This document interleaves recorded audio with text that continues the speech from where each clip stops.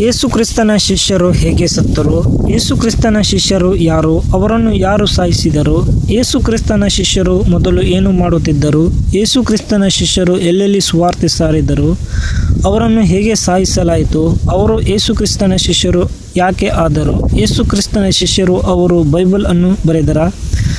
ಈ ಎಲ್ಲ ಪ್ರಶ್ನೆಗಳ ಉತ್ತರ ಈಗ ನಾನು ನಿಮಗೆ ಹೇಳುತ್ತೇನೆ. ಯೇಸುಕ್ರಿಸ್ತನ ಶಿಷ್ಯರು ಮತ್ತು ಅವರ ಜೀವನದ ಕುರಿತು ನಿಮ್ಮ ಪ್ರಶ್ನೆಗಳಿಗೆ ಉತ್ತರಗಳು ಇಲ್ಲಿವೆ. ಯೇಸುಕ್ರಿಸ್ತನ ಶಿಷ್ಯರು ಯಾರು? ಯೇಸುಕ್ರಿಸ್ತನು ತನ್ನ ಬೋಧನೆಗಳನ್ನು ಮತ್ತು ಸುವಾರ್ತೆಯನ್ನು ಪ್ರಚಾರ ಮಾಡಲು 12 ಪ್ರಮುಖ ಶಿಷ್ಯರನ್ನು ಆರಿಸಿಕೊಂಡನು. ಅವರನ್ನು ಅಪೊಸ್ತಲರು ಎಂದು ಕರೆಯಲಾಗುತ್ತದೆ. ಅವರ ಹೆಸರುಗಳು ಹೀಗಿವೆ: ಸಿಮೋನ್ ಪೇತ್ರ, ಅಂದ್ರೆಯ ಪೇತ್ರನ ಸಹೋದರ, ಯಾಕೋಬ ಜೆಬೆದಿಯ ಮಗ, ಯೋಹಾನ ಜೆಬೆದಿಯ ಮಗ ಯಾಕೋಬನ ಸಹೋದರ, ಫಿಲಿಪ್,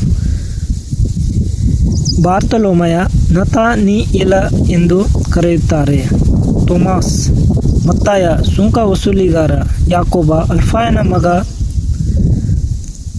ತದ್ದೇಯ, ಯೂದ ತದ್ದೇಯ ಎಂದು ಕರೆಯುತ್ತಾರೆ, ಸಿಮೋನ್, ಜೆಲೋತೆ, ಯೂದ ಇಸ್ಕರಿಯೋತ್, ಯೇಸುವನ್ನು ದ್ರೋಹ ಮಾಡಿದವನು. ಯೇಸುಕ್ರಿಸ್ತನ ಶಿಷ್ಯರು ಮೊದಲು ಏನು ಮಾಡುತ್ತಿದ್ದರು? ಯೇಸುವಿನ ಶಿಷ್ಯರಲ್ಲಿ ಹಲವಾರು, ವಿಶೇಷವಾಗಿ ಪೇತ್ರ, ಅಂದ್ರೆಯ, ಯಾಕೋಬ ಮತ್ತು ಯೋಹಾನರು ಮೀನುಗಾರರಾಗಿದ್ದರು. ಮತ್ತಾಯನು ಸುಂಕ ವಸೂಲಿಗಾರನಾಗಿದ್ದನು. ಯೇಸು ಅವರನ್ನು ಕರೆದಾಗ ಅವರು ತಮ್ಮ ಹಿಂದಿನ ವೃತ್ತಿಗಳನ್ನು ಬಿಟ್ಟು ಆತನನ್ನು ಹಿಂಬಾಲಿಸಿದರು. ಯೇಸು ಅವರನ್ನು ಮನುಷ್ಯರನ್ನು ಹಿಡಿಯುವವರನ್ನಾಗಿ ಮಾಡುವೆನು ಎಂದು ಹೇಳಿದನು. ಅವರು ಯೇಸುಕ್ರಿಸ್ತನ ಶಿಷ್ಯರು ಯಾಕೆ ಆದರು? ಯೇಸು ತನ್ನ ಶಿಷ್ಯರನ್ನು ಆರಿಸಿಕೊಂಡನು ಮತ್ತು ಅವರನ್ನು ತನ್ನೊಂದಿಗೆ ಇರಿಸಿಕೊಂಡು ತನ್ನ ಬೋಧನೆಗಳನ್ನು ಕಲಿಸಿದನು. ದೇವರ ರಾಜ್ಯದ ಸುವಾರ್ತೆಯನ್ನು ಸಾರಲು ಮತ್ತು ರೋಗಿಗಳನ್ನು ಗುಣಪಡಿಸಲು ಅವರಿಗೆ ಅಧಿಕಾರ ನೀಡಿದನು. ಅವರು ಯೇಸುವಿನ ಪವಾಡಗಳು, ಬೋಧನೆಗಳು ಮತ್ತು ಆತನ ವ್ಯಕ್ತಿತ್ವದಿಂದ ಆಕರ್ಷಿತರಾಗಿ ಆತನನ್ನು ದೇವರ ಮಗನೆಂದು ನಂಬಿ ಆತನನ್ನು ಹಿಂಬಾಲಿಸಿದರು. ಯೇಸುವಿನ ಕರೆಗೆ ಅವರು ತಮ್ಮ ಜೀವನವನ್ನು ಸಮರ್ಪಿಸಿಕೊಂಡರು. ಯೇಸುಕ್ರಿಸ್ತನ ಶಿಷ್ಯರು ಎಲ್ಲೆಲ್ಲಿ ಸುವಾರ್ತೆ ಸಾರಿದರು? ಯೇಸುವಿನ ಮರಣ ಮತ್ತು ಪುನರುತ್ಥಾನದ ನಂತರ ಆತನ ಶಿಷ್ಯರು ಪ್ರಪಂಚದಾದ್ಯಂತ ಸುವಾರ್ತೆಯನ್ನು ಸಾರಲು ಹೊರಟರು.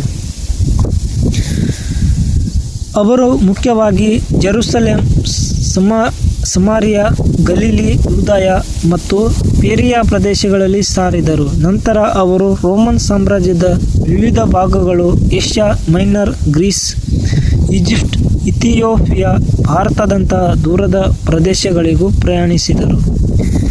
ಯೇಸುಕ್ರಿಸ್ತನ ಶಿಷ್ಯರು ಹೇಗೆ ಸತ್ತರು ಮತ್ತು ಅವರನ್ನು ಯಾರು ಸಾಯಿಸಿದರು?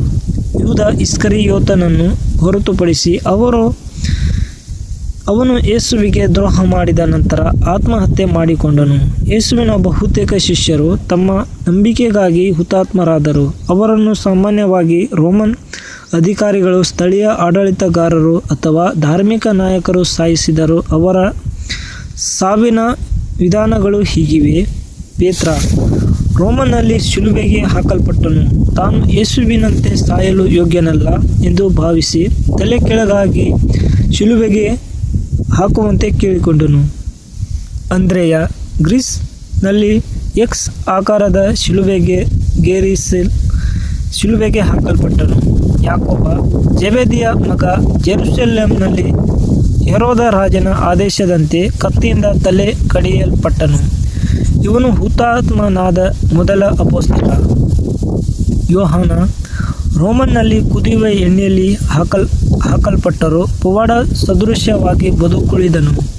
ನಂತರ ಪತ್ಮಾಸ್ ದ್ವೀಪಕ್ಕೆ ಗಡೀಪಾರು ಮಾಡಲ್ಪಟ್ಟನು. ಅಲ್ಲಿ ಅವನು ಪ್ರಕಟಣೆ ಪುಸ್ತಕವನ್ನು ಬರೆದನು.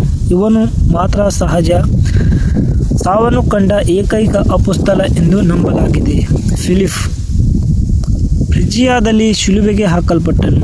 ಬಾರ್ತಲೋಮ, ನತಾನಿಯೇಲ್ ಅರ್ಮೇನಿಯಾದಲ್ಲಿ ಚರ್ಮವನ್ನು ಸುಲಿಯುವ ಮೂಲಕ ಹುತಾತ್ಮನಾದನು.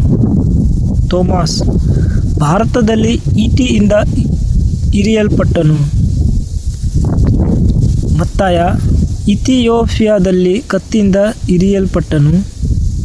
ಯಾಕೋಬ ಅಲ್ಫಾಯನ ಮಗ ಜೆರುಸಲೇಮ್ನಲ್ಲಿ ದೇವಾಲಯದ ಎತ್ತರದಿಂದ ಕೆಳಗೆ ಎಸೆಯಲ್ಪಟ್ಟು ಬದುಕಿದ ನಂತರ ದೊಣ್ಣೆಗಳಿಂದ ಹೊಡೆದು ಸಾಯಿಸಲ್ಪಟ್ಟನು. ತದ್ದೇಯ ಪರ್ಷಿಯಾದಲ್ಲಿ ಬಾಣಗಳಿಂದ ಇರಿಯಲ್ಪಟ್ಟನು ಅಥವಾ ದೊಣ್ಣೆಯಿಂದ ಕೊಲ್ಲಲ್ಪಟ್ಟನು. ಸಿಮೋನ್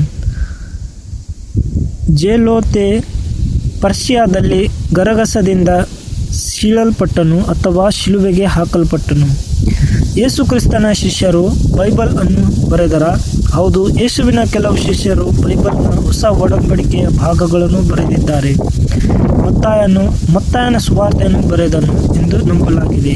ಯೋಹಾನನ ಸುವಾರ್ತೆ, ಯೋಹಾನನ ಪತ್ರಗಳು 1, 2, 3 ಯೋಹಾನ ಮತ್ತು ಪ್ರಕಟಣೆ ಪುಸ್ತಕವನ್ನು ಬರೆದನು ಎಂದು ಹೇಳಲಾಗುತ್ತದೆ.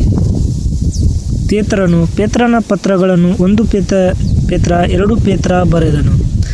ಮಾರ್ಕನು ಪೇತ್ರನ ಜೊತೆಗಾರನಾಗಿದ್ದನು ಮತ್ತು ಲೂಕನು ಪೌಲನ ಜೊತೆಗಾರನಾಗಿದ್ದನು.